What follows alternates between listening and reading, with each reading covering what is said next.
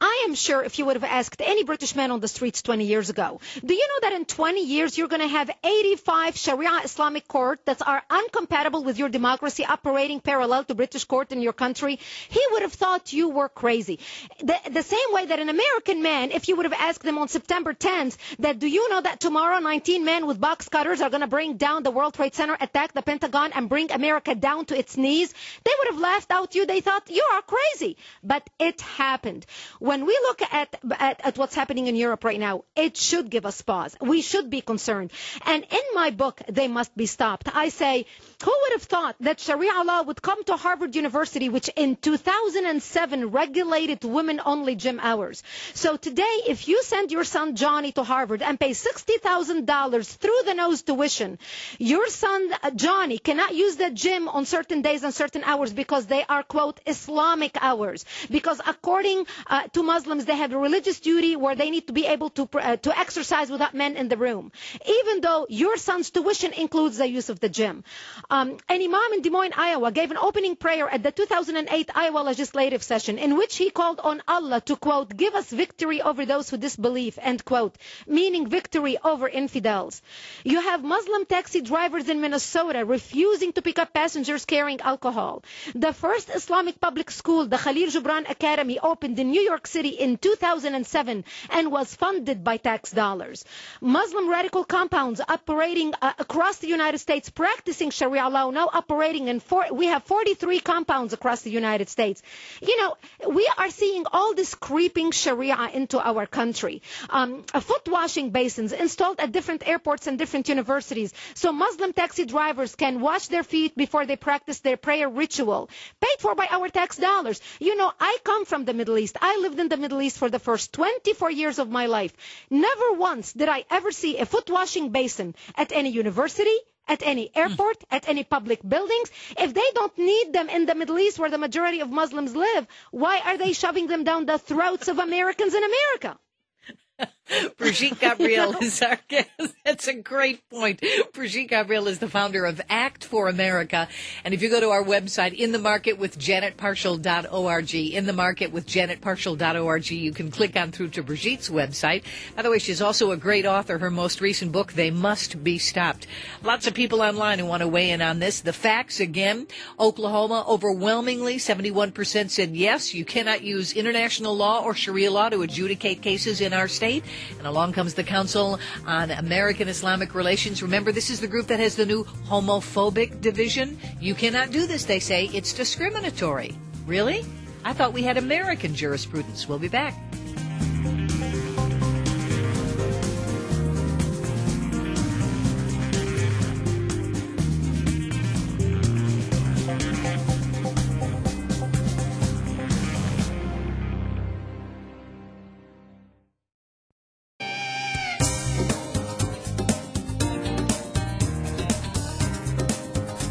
It was on the ballot in Oklahoma last week. It was called State Question 755. And by the way, overwhelmingly supported by those who went to the polls, 71%. And as a bill in the Oklahoma legislature, it received support of 82 of 92 members of the State House, 41 of 43 members of the Senate. But now the Council on American Islamic Relations has filed a lawsuit saying that it's unnecessary, saying it's simply going to inflame passions, and it's unnecessary. Brigitte Gabriel is with us, founder of Act for America. Now, Brigitte, as I've been following this, and by the way, the news on this has changed almost every 24 hours. Is there now an injunction in place that prohibits the implementation of this? Yes, they did that today, and they are waiting now for a hearing coming up next week. So it's going to be very interesting how this is going to go back and forth. Yeah. Well, let me go to the point, and I'm going to play the devil's advocate for a minute, because it was a Munir Awad from CARE. Correct. Who basically, he said this was unnecessary. He said it's an ugly, here's the exact quote, an ugly piece of legislation that was used to inflame passions against the Islamic community. All right, if he were here as part of this conversation, what would you say in response to that? What inflames passion against the Islamic community is building a mosque at ground zero on the ashes of 3,000 people that died on that day because of Islamic jihad. They're not upset because of Sharia law. Sharia law, prohibiting Sharia law in Oklahoma is not going to inflame passion. The Muslim radical community in the United States is doing a great job at that by itself. In the last 19 months alone, we have arrested 75 homegrown terrorists, all Muslims, either born into the Islamic faith or have converted to Islam, trying to kill Americans or perpetrate terrorist attack against America, either here or abroad. They're doing a fine job on their own, alienating Americans, insulting Americans, offending Americans, including the 9/11 families, by shoving a mosque down at ground zero, down our throat. And we are trying everything we can to stop that, by the way. And I encourage our listeners to go to our website, actforamerica.org, and sign our petition, which will be presented to Mayor Bloomberg, urging him to move the mosque somewhere else away from ground zero.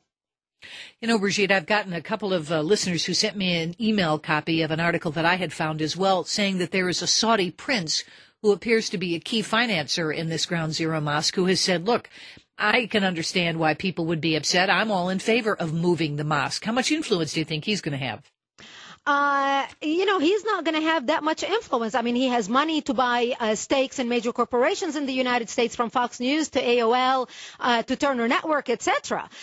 He can express his opinion, but remember, there are two sides of Muslims in the world. There are those who have the money and the finance, and there are those who are the radicals who belong to the Muslim Brotherhood, pushing a certain agenda.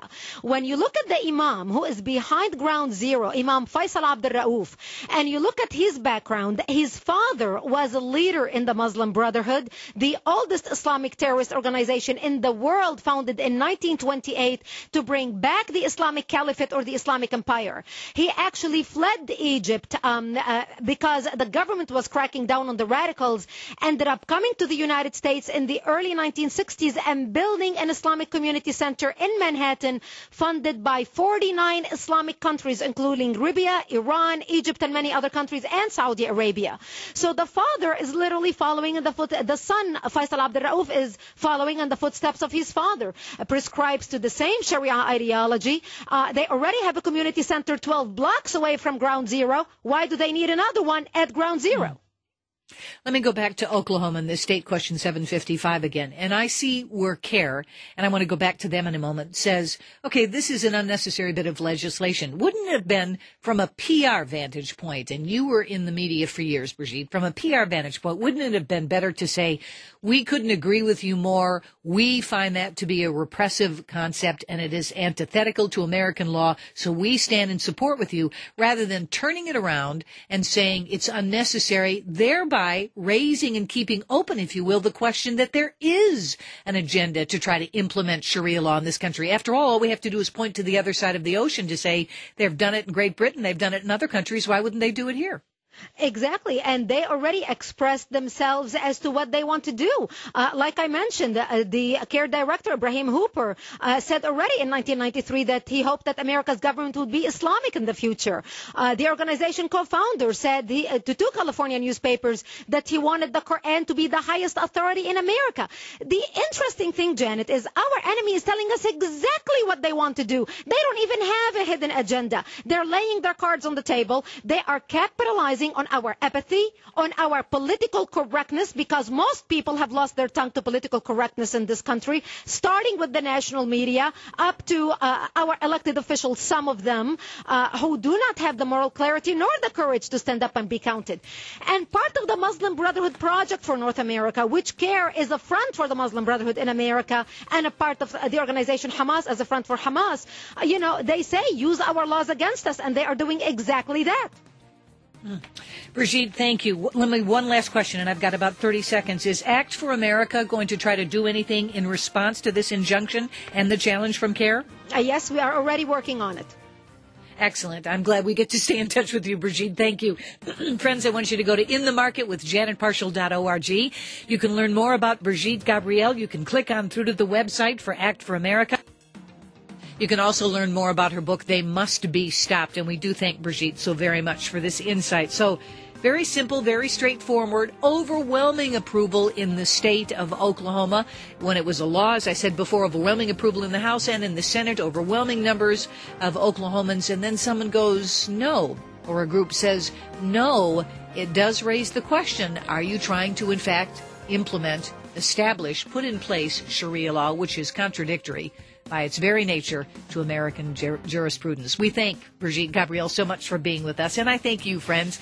And we'll do this next time right here on the next edition of In the Market.